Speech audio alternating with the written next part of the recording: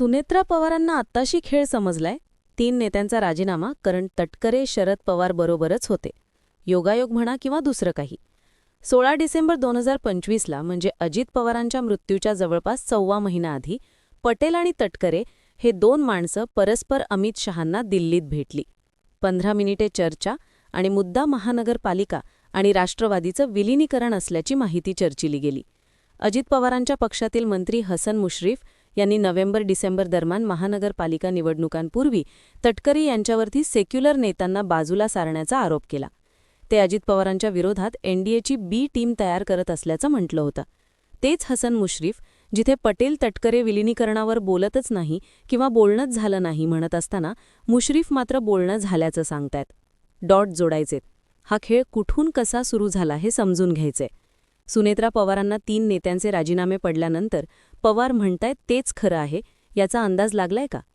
तारीख 21 जुलै 2025. संघटनेच्या विजय घाडगेंना त्यावेळी राष्ट्रवादीच्या प्रवक्तेपदी असलेल्या सूरज चव्हाण यांनी लाथाबुक्क्यांनी मारहाण केली. पुढची तारीख 22 जुलै 2025. उपमुख्यमंत्री अजित पवार यांनी सूरज चव्हाण यांना तात्काळ युवक प्रदेश अध्यक्षपदाचा राजीनामा देण्याचे निर्देश दिले. तारीख 14 ऑगस्ट 2025. राष्ट्रवादीचे प्रदेश अध्यक्ष सुनील तटकरे यांनी सूरज चव्हाण यांना पक्षात पुन्हा प्रवेश देऊन प्रदेश सरचिटणीसपदी नियुक्त केलं. पुढची तारीख 15 ऑगस्ट 25. मला ही नियुक्ती माहितीच नव्हती, मी त्या बैठकीला उपस्थित नव्हतो, मी माहिती घेतो, हे अजित पवारांचं स्टेटमेंट.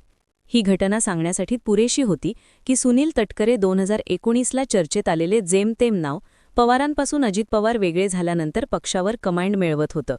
आणखी एक मुद्दा उदाहरण दाखला द्यायचाच ठरला तर अजित पवार गेल्यानंतर त्यांना अग्नी देताना ज्यांच्या बैठका आणि पुढे सुनेत्रा पवारांचा शपथविधीसाठी ज्यांनी हालचाली सुरू केल्या होत्या ते हेच तटकरे आणि पटेल होते. त्याचवेळी पवारांनी आता पुढे काय होणार हे सांगितलं. पटेल तटकरे हे आता अजित पवारांचा पक्ष चालवतील आणि पुढे घडलंही तेच. तटकरे कारण 3 नेत्यांचा राजीनामा. मनोज व्यवहारे, असंघटित कामगार विभाग प्रदेश अध्यक्ष, सुभाष मालपाण, उद्योग विभाग प्रदेश अध्यक्ष, सचिन जाधव, मोटार मालक वाहतूक संघटना प्रदेश अध्यक्ष. या तिघांनी तटकऱ्यांच्या कारभाराला कंटाळून राजीनामे अजित पवार हयात असतानाच दिले होते अशी चर्चा. पण दादांनी ते मंजूर केले नाही. तेच राजीनामे आता मंजूर झालेत. कारण पुन्हा तटकरे. अजितदादा हयात असतानाच या 3 नेत्यांनी राजीनामे दिले होते. राष्ट्रवादीचे प्रदेश अध्यक्ष सुनील तटकरे यांच्या विरोधातील नाराजीवरून त्यांनी राजीनामे दिले अशा चर्चा झाल्या. पण अजितदादांनी हे राजीनामे मंजूरच केले नव्हते. मात्र अजित पवार यांच्या निधनानंतर या नेत्यांचे राजीनामे मंजूर करण्यात आलेत. त्यामुळे आश्चर्य व्यक्त केलं जातंय. अजितदादांच्या निधनानंतर पक्ष सावरण्याचं सोडून नेत्यांचे राजीनामे मंजूर करण्यात येणं हा राष्ट्रवादीसाठीच मोठा धक्का असल्याचं मानलं गेलं. विशेष कोणतंही कारण न विचारताच हे राजीनामे मंजूर झाले. थोडं बॅकला नेऊ का? 10 जून 2023 ही तारीख. राष्ट्रवादी काँग्रेसच्या राष्ट्रीय कार्यकारिणीची बैठक मुंबईत. शरद पवारांनी प्रफुल्ल पटेल यांना पक्षाचे कार्यकारी अध्यक्ष म्हणून नियुक्त केलं. यामुळे पटेल यांना पक्षाचे 2ऱ्या क्रमांकाचे नेते मानले गेले.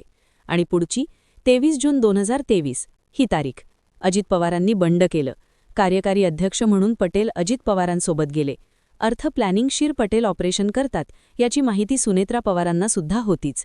ज्यावेळी अजित पवारांनी बंड केलं त्या बंडाच्या आधीच्या सगळ्या हालचाली अजित पवारांच्या कुटुंबियांना माहिती होत्या. सुनेत्रा पवारांनाही माहिती होत्या. पटेलांना कार्यकारी अध्यक्ष करणं आणि बरोबर पुढच्या 20 ते 25 दिवसांमध्येच अजित पवारांनी बंड करणं आणि कारण त्याला पटेल हे कार्यकारी अध्यक्ष असणं ठरणं या सगळ्या गोष्टींचे डॉट जोडले तर त्याचवेळी शरद पवार म्हटले होते की प्रफुल्ल पटेल सोडून गेले यावरती विश्वास बसत नाही. अर्थात पटेल यांच्यासारखा माणूस अगोदर विश्वास संपादन करतो आणि योग्य वेळी योग्य ठिकाणी योग्य वेळेलाच डाव टाकतो हे त्यावेळेही अधोरेखित झालं होतं. अजित पवारांच्या बंडामागचा बिहाइंड द सीन जो काही होता तो सगळ्या सुनेत्रा पवारांना माहिती. मात्र तोच बिहाइंड द सीन आता अजित पवारांच्या निधनानंतर आपल्यावरही रिपीट केला जातोय याची अनुभूती व्हायला आता सुनेत्रा पवारांना सुरुवात झाली असावी. सुनेत्रा पवारांना काही डॉट जोडायची गरज आजही होती. जी 3 नेत्यांची राजीनामे आज मंजूर झालीयत, जी अजित पवारांच्या हयातीत नामंजूर झालेली होती, ती लोक राजीनामा देतायत, ते राजीनामे मंजूर होतायत आणि कारण जर तटकरे जोडले जात आहेत तर अर्थ मोठा खेळ होतो या ठिकाणी. घेऊयात आपण 1 मिनिटाचा डॉट ब्रेक. तुम्हाला वाटेल की श्रीमंत लोक त्यांच्या नोकऱ्यांमधून लाखो रुपये कमवतात. सत्य हे आहे की फक्त नोकरी करून कोणीही श्रीमंत होत नाही. ते त्यांचे उत्पन्न शेअर बाजारात गुंतवून पैसे कमवतात. परंतु बऱ्याचदा लोकांना कुठून सुरुवात करावी हे माहिती नसतं.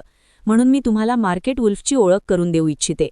मार्केट वुल्फ हे SEBI नोंदणीकृत ॲप आहे जे भारतात वेगाने वाढतंय. येथील विश्लेषक तुम्हाला दररोज काय गुंतवणूक करावी हे सांगतात, तेही मोफत. हे ॲप गुंतवणुकीसाठी योग्य आहे का नाही ते मी तुम्हाला दाखवते. बघा, सुरुवातीला या ठिकाणी मी लॉग इन केलं. फॉलो ट्रेंड वैशिष्ट्य तुम्हाला रिअल टाईम ट्रेड्स दाखवतं, ज्यामध्ये लोकांनी नफा कमवला. आणि तुम्ही हे फायदेशीर ट्रेड्स एकाच टॅपमध्ये ट्रेड करू शकता, कोणताही अंदाज न लावता. हे पहा, मी फक्त फॉलो ट्रेडवरती क्लिक केलं, ट्रेड ठेवलं आणि बस, माझा ट्रेड सुरू आहे. तुम्ही येथे खूप कमी गुंतवणूक रकमेसह तुमच्या रिस्कवरती ट्रेडिंग सुरू करू शकता. आणि ज्यांना मोठ्या नुकसानाची भीती आहे त्यांच्यासाठी एक उपाय देखील आहे. इनबिल्ट स्टॉप लॉस हे वैशिष्ट्य एका विशिष्ट लेवलपर्यंत पोहोचताच आपोआप स्टॉप लॉस लागू करतं, ज्यामुळे तुम्हाला जास्त नुकसान होण्यापासून थांबवतं. बघा, नफा ट्रेडनुसार वाढत होता म्हणून मी स्टॉप ट्रेडवरती क्लिक केलं आणि फक्त 2065चा नफा लगेच बुक केला. मार्केट वुल्फ हे तुम्हाला मोफत शिफारसी देखील देतं. बघा, लोकांनी फेब्रुवारीमध्ये 4963 फक्त एकाच दिवसात, दुसऱ्या दिवशी 15239 आणि 2025मधील संपूर्ण वर्षात 53940चा नफा बुक केलाय. आणि मार्केट वुल्फ हे प्रॉफिटवर कोणतंही कमिशन घेत नाही. तुम्ही सकाळी 9 ते रात्री 12 वाजेपर्यंत या सर्व सुविधा फक्त 99 रुपयांमध्ये लाईफ टाईम वापरू शकता. मार्केट वुल्फचे 20 लाखांहून अधिक डाउनलोडर्स देखील आहेत आणि लोक त्याद्वारे त्यांचे फायनान्शियल फ्युचर सुरक्षित देखील करत आहेत. डिस्क्रिप्शनमध्ये लिंक दिलेली आहे आणि मी कमेंटमध्ये देखील पिन केलेली आहे. जा आणि चेक करा. आता पुन्हा येऊयात आपल्या मूळ विषयाकडे. सुनेत्रा पवारांना हळूहळू करून खेळ समजायला लागलाय.